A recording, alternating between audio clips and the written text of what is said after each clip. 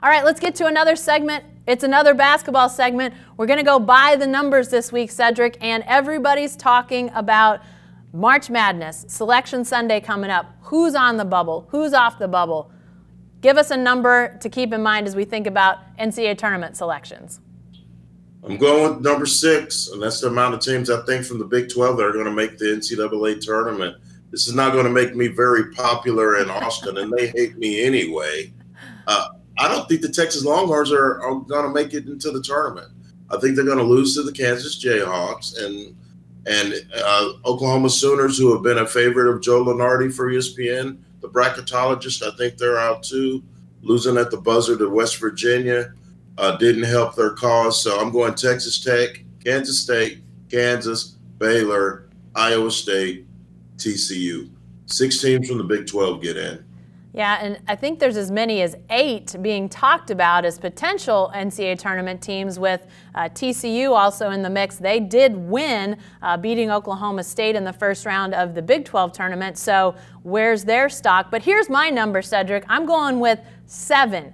That's the number of Big 12 teams that Oklahoma has defeated this year, and I think it's enough for them to get in. I know it's crazy. I know that a 7-12 team, a 7-11 team in the regular season, they just lost to West Virginia, as you mentioned, Cedric, is crazy to think. But Oklahoma's won 19 games. They've played no games against these the lowest quadrant team, which now the NCAA tournament selection is so keen on. I know you're against it, Cedric, but I think Oklahoma's in. I think it's their body of work. They had a great non-conference schedule, lots of wins. I think they get in, but I think people are going to crow about it, don't you?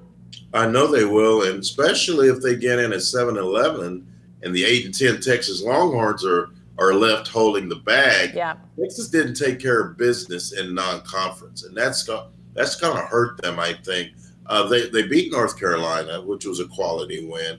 But you can't lose to Radford. You can't lose to Virginia Commonwealth. And you can't blow a 19-point lead in Waco in a must-win game. You also can't pull a no-show against TCU on senior day on the last regular season home game. So the Longhorns have to beat Kansas, or it's just not going to happen for them. Because if they lose to Kansas, they're 16-16. At least teams like TCU's got 20 wins. The Sooners have 19 wins, and those teams have taken care of business in other areas. Even if OU gets in at 7-11 over 8-10 Texas, that's just going to mean that the Sooners took care of business in non-conference and won some games that they needed to win to fatten up their record. Texas has no one to blame but itself if it misses this tournament. Yeah, you know, Cedric, I think it bears in mind that whether it's how many teams get in from the Big 12 or does a 7-11 Oklahoma get in or not get in, a lot of that is going to depend on these other conference tournaments, what these other bubble teams do. And this is obviously very much a influx situation as we angle towards that Sunday late afternoon announcement of the field. 68 teams. It's still weird to say that for me. It's not 64. I like the number 64 more than 68. Yeah, 64 for so many years, and then it expanded a little, and then a little more. Now we're at 68. So those first 4 games that'll be in Dayton on Tuesday and Wednesday next week, who will be in those games, who makes it, who doesn't. Obviously, always a point of debate, but the big question will be what happens in these other conference tournaments. I think the Big 12 has shown it has great depth in its league. Really only a couple teams that are truly out of the conversation at this point. So what happens in other conference tournaments, the Power 5, if you will, they've got some bubble teams. So does a team that is maybe in the conversation along the same lines as Texas, Oklahoma, TCU, do they win some games and maybe boost their stock? Do you have a mid-major that maybe makes a move and wins a conference tournament unexpectedly?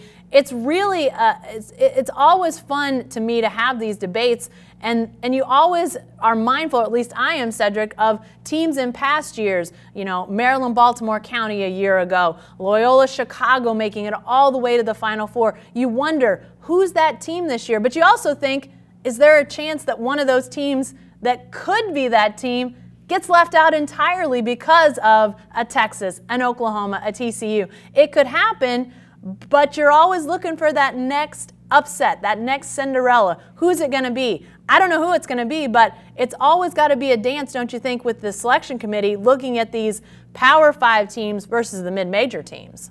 It's not an easy job, and I don't envy those guys on that selection committee. I think if you're Texas, if you're in Oklahoma, teams like that on the bubble, even a TCU, you want the chalk to rule the day in these conference tournaments. You want teams that have won the regular season to win the conference tournament. You don't want what happened the other night, St. Mary's beating Gonzaga to win that conference tournament, because now two teams, is the Mountain West, I believe, two teams from that conference are going to be in the big dance now. Yep. Gonzaga is being still talked about as a #1 team. They were the #1 team in the country when they lost. So that didn't help Texas's cause or OU. So, and I think, Jen, you can correct me if I'm wrong, I don't think a 7-11 team from the Big 12 has ever made it into the NCAA. Some 8 and 10s have made it, but I don't think a 7-11 has ever made it. And I do know a 500 team from the Big 12 overall, a 500 team overall in all of college basketball has never made the tournament since they expanded to 68. So Texas is the epitome of a bubble team. They finished 16-16. Their season is over as far as the NCAA's is concerned. My job has just begun because I'll be covering them at the NIT. Well, by the way, a quick correction, West Coast Conference for Gonzaga and St. Mary's. Okay. I know, I forget too, so I corrected myself there as much as anything. But fascinating, always interesting to talk about who's in, who's not. We'll find out for sure Sunday when the Selection Sunday brackets come out. You can fill them out, pick your teams. I'm sure we'll be talking about that next week, Cedric. We'll be right in the middle of early action when we have our writer's block next week.